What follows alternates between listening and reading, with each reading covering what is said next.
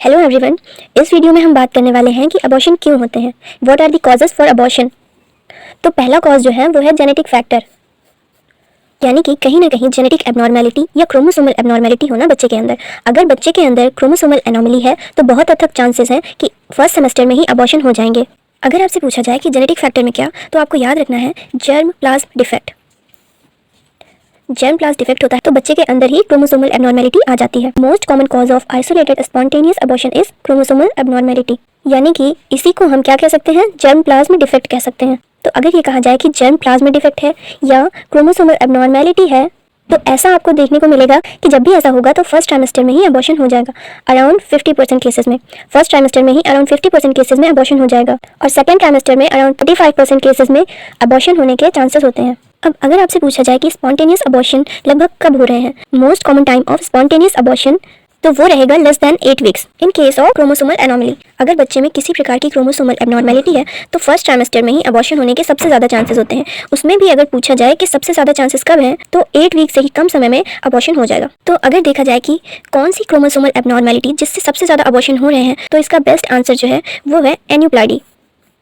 Aneuploidy क्या है? Aneuploidy is abnormal number of chromosomes. जब नंबर ऑफ क्रोमोसोम्स अलग अलग हों तो वो एन्यूप्लॉइडी होती है। आपको पता है कि नॉर्मल सोमैटिक सेल के अंदर 46 क्रोमोसोम्स होते हैं। अगर इन 46 क्रोमोसोम्स से कम या ज़्यादा होते हैं, इसे एन्यूप्लॉइडी कहते हैं। एन्यूप्लॉइडी के कुछ एग्जांपल्स हैं, जैसे कि ट्राइसोमी। एन्यूप्लॉइडी में trisomy is most common for abortion. Trisomy क्या होती है? नॉर्मली एक पेयर में 2 क्रोमोसोम्स होते हैं, लेकिन ट्राइसोमी में एक पेयर में 3 क्रोमोसोम आ जाते हैं, तो इसे ही ट्राइसोमी कहते हैं। इसके बाद जो आता है वो है मोनोसोमी एक्स। इसमें क्या होता है कि कोई भी क्रोमोसोम है तो वो पेयर में होता है। जैसे कि एक्स क्रोमोसोम है तो इसके साथ में एक्स क्रोमोसोम आएगा, या फिर एक्स है तो इसके साथ वाई आएगा। लेकिन अगर केवल एक ही एक्स आ रहा है तो ये होता है मोनोसोमी एक्स। इसके बाद फोर्थ बेस्ट आंसर जो है वो होता है ट्राइसोमी 16। इसमें क्या होता है कि 16 नंबर का जो क्रोमोसोम होता है उसमें ट्राइसोमी हो जाती है, और मोनोसोमी एक्स जो है वो लगभग 20% केसेस में देखने को मिलती है, और जो ट्राइसोमी 16 है ये अराउंड 16% केसेस में देखने को मिलती है। अब नेक्स्ट देखिए, मोस्ट लीथल ट्राइसोमी कौन सी होती है, यानी कि ट्राइसोमी में भी सबसे ज़्यादा चांसेस किस ट्राइसोमी में होते हैं कि अबॉर्शन हो, तो ट्राइसोमी 16 की वजह से ही सबसे ज़्यादा अबॉर्शन के केसेस देखने को मिलते हैं। अब देखा जाए कि अगर मोस्ट वाइबल ट्राइसोमी कौन सी है जिसमें चांसेस होते हैं कि बेबी सर्वाइव कर जाए, तो दैट इज ट्राइसोमी 21। अब अगर बात की जाए कि most common risk factor for spontaneous abortion, तो उसमें सबसे पहला आता है मैटरनल एज। अगर मैटरनल एज ज़्यादा है तो अबॉर्शन का रिस्क बढ़ जाता है। And second is previous history of abortion. अगर एक अबॉर्शन हो चुका है तो 20% रिस्क है रीअकरेंस के, कि दोबारा फिर से अबॉर्शन हो जाए। लेकिन अगर 2 अबॉर्शन हो चुके हैं तो 30% रिस्क होता है रीअकरेंस का। अगर किसी महिला के पहले 3 अबॉर्शन हो चुके हैं तो उसमें 40 to 50% रिस्क होता है कि फिर से अबॉर्शन हो जाए। और क्या कॉज हो सकते हैं अबॉर्शन के? तो next is anatomical defect in mother. Mother की यूटेरस में अगर किसी प्रकार के एनाटॉमिकल डिफेक्ट हो तो वो अबॉर्शन का कारण हो सकता है। अब एनाटॉमिकल में क्या, तो एक होता है कंजेनाइटल डिफेक्ट, यानी बचपन से ही मदर में कोई दिक्कत हो या बाद में आया है, यानी कि एक्वायर्ड। अब कंजेनाइटल मतलब मान लो कि उसका जो मुलेरियन डक्ट है वो सही से डेवलप नहीं हुआ है और यूट्रस जो है वो सही से नहीं बना है, तो यूटेराइन मॉलफॉर्मेशंस देखने को मिलेगा, जैसे कि septate uterus, unicorn uterus, bicornuate uterus और डायडेल्फस यूट्रस। ये अलग अलग तरह के यूट्राइन मॉलफॉर्मेशंस होते हैं जिनके कारण अबॉर्शन हो सकता है। अगर आपसे पूछा जाए कि मोस्ट कॉमन यूट्राइन मॉलफॉर्मेशन कौन सी है, तो most common that is septate uterus, जिसमें कि ये अगर यूट्रस है तो इसमें बीच में एक सेप्टम प्रेजेंट हो जाता है, वो होता है सेप्टेट यूट्रस। यूट्राइन मॉलफॉर्मेशन में सेप्टेट यूट्रस की वजह से सबसे ज़्यादा अबॉर्शंस देखने को मिलते हैं। अगर हम बात करें एक्वायर्ड की, तो एक्वायर्ड में आ जाता है कि सर्विक्स जो है वो छोटा है, सर्विक्स सही नहीं बना है प्रेगनेंसी को झेलने के लिए। यूट्रस के निचले हिस्से को सर्विक्स कहते हैं। प्रेगनेंसी के दौरान यूट्रस का सारा भार जो होता है वो सर्विक्स के ऊपर होता है। अगर ये सर्विक्स झेल नहीं पा रहा है यूट्रस के भार को, समय से पहले ही ये सर्विक्स खुल जाएगा, तो अंदर जो भी प्रोडक्ट ऑफ कंसेप्टस है वो बाहर आ जाएगा। इसलिए सर्विक्स कॉम्पिटेंट होना जरूरी है। अगर सर्वाइकल इनकॉम्पिटेंसी है तो ऐसे केसेस में अबॉर्शन के रिस्क बढ़ जाते हैं। इसके अलावा यूट्रस में अगर किसी तरह का ट्यूमर है, किसी तरह का फाइब्राइड होता है, तो बहुत हद तक चांसेस हैं कि वहाँ पर अबॉर्शन हो जाए। इसके अलावा अगर किसी तरह का पॉलिप, एंडोमेट्रियम पॉलिप है, तो भी अबॉर्शन के चांसेस बढ़ जाते हैं। नेक्स्ट, अगर मदर में ल्यूटियल फेज डिफेक्ट हो, मेंस्ट्रुअल साइकिल में ल्यूटियल फेज चलती है। ल्यूटियल फेज कौन सी होती है? ओवुलेशन के बाद कॉर्पस ल्यूटियम बनता है, कॉर्पस ल्यूटियम बड़ा होता है, प्रोजेस्टेरॉन रिलीज करता है और वापस से डीजनरेट हो जाता है। इस पूरे टाइम को ल्यूटियल फेज कहते हैं। इस दौरान क्या रिलीज होता है? प्रोजेस्टेरॉन। ल्यूटियल फेज डिफेक्ट मतलब कि ल्यूटियल फेज का प्रॉपर काम नहीं करना। ल्यूटियल फेज में प्रेगनेंसी के लिए प्रोजेस्टेरॉन मोस्ट इंपॉर्टेंट होता है, यानी कि या तो प्रोजेस्टेरॉन बन नहीं रहा है या तो यूट्रस इसके प्रति सेंसिटिविटी शो नहीं कर रहा है, यानी कि progesterone formation is less. Normal value जो होती है प्रोजेस्टेरॉन की वो मोर देन 25 नैनोग्राम पर डीएल होती है। अगर प्रोजेस्टेरॉन की वैल्यू लेस देन 5 नैनोग्राम पर डीएल होगी तो वहाँ पे प्रेगनेंसी का सर्वाइव करना मुश्किल होगा।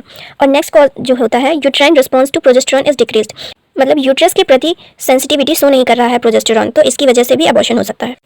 नेक्स्ट कॉज मदर के अंदर हो सकता है जिसकी वजह से अबॉर्शन हो जाए, तो उसमें आता है एंडोक्राइनल डिसऑर्डर, हाइपोथायरॉयडिज्म या हाइपरथायरॉयडिज्म। अगर थायराइड फंक्शन जो है वो एबनॉर्मल हो जाता है, थायराइड डिसफंक्शन जिसे कहते हैं, तो या तो थायराइड ज़्यादा फंक्शन कर रहा है या तो कम कर रहा है। अगर थायराइड ज़्यादा काम करे तो यह कंडीशन जो होती है इसे हाइपरथायरॉयडिज्म बोलते हैं, और अगर थायराइड ग्लैंड कम फंक्शन कर रही है तो उसे हाइपोथायरॉयडिज्म कहते हैं।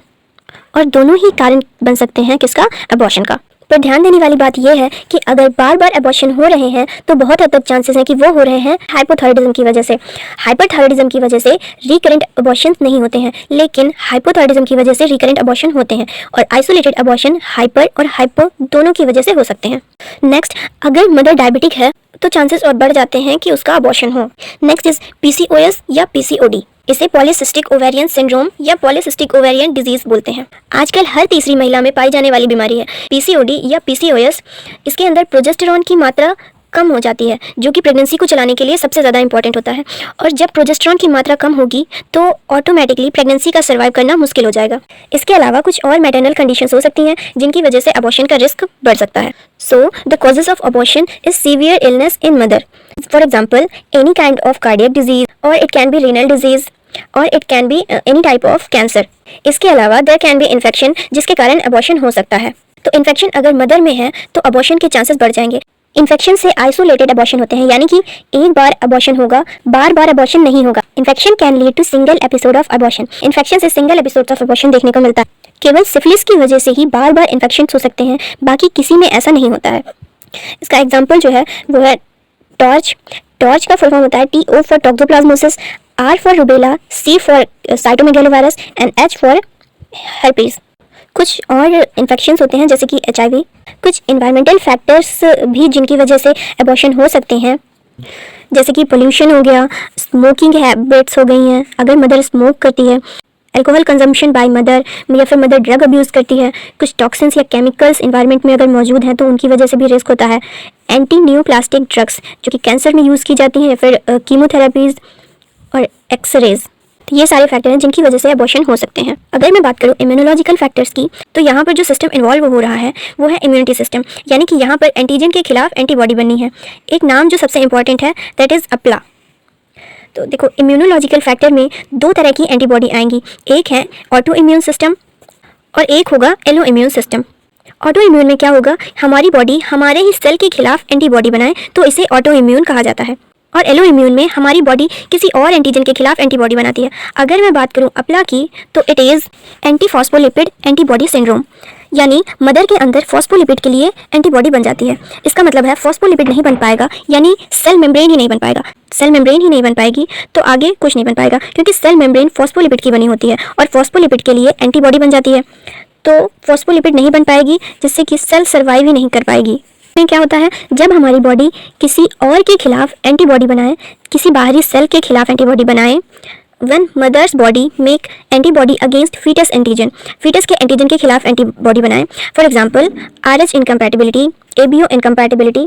स्पेसिफिकली अगर मैं बात करूं तो मोस्ट कॉमनली ABO में आता है कि मदर अगर O है और फादर A है तो इनकम्पैटिबिलिटी के चांसेस बढ़ जाते हैं। इसके अलावा स्पर्म के खिलाफ एंटीबॉडी बनना, कुछ फीमेल में स्पर्म के लिए एंटीबॉडीज होती हैं, एंटी स्पर्म एंटीबॉडी। ये पैटर्नल फैक्टर हो गया कि मेल पार्टनर में उसके जो स्पर्म है उसके खिलाफ एंटीबॉडी है। इसके अलावा ये भी हो सकता है कि स्पर्म के अंदर किसी प्रकार की क्रोमोसोमल एबनॉर्मेलिटी प्रेजेंट हो, स्पर्म के नंबर ऑफ क्रोमोसोम में, that can also lead to abortion. Thank you for watching.